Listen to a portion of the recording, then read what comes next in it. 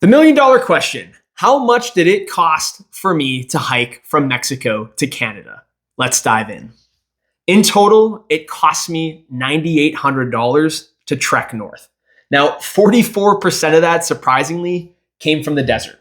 Sierra was 2,200, NorCal was 800, Oregon was 1,400, and Washington was just shy of $1,100. Majority of the costs, no surprise here, went to food, but I've got it broken down in two different categories. First one is grocery. This is everything I used for a true resupply that I was taking out on trail. I spent just shy of $3,000 throughout the trek on my resupply. Now, food, which I'm going to classify as the non-resupply. This is eating in town at either the non-sponsor or the local pizza joint. I spent $2,600. Again, majority of that came in the desert.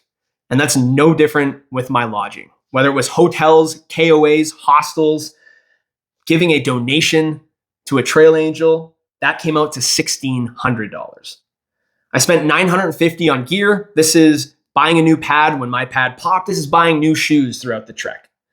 I spent just shy of $200 on transportation. Think of Ubers or Lime scooters when we're in South Lake Tahoe. Subscriptions, I spent $920. This consists of everything I use to edit, CapCut Pro, for example, and also my phone bill, Spotify, Audible, anything that I use on a daily basis is funneled into there. I spent $275 on fun. Think of bowling or movies as an example, and then $200 on postage to send some of the resupplies in Oregon and Washington that we boxed up to some points that really didn't have great offerings. That's where that cost went to.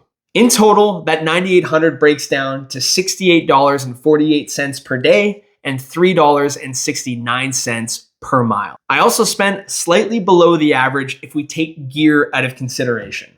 The average is about $10,150. With me spending $9,800, I was about $350 in the green, if you will.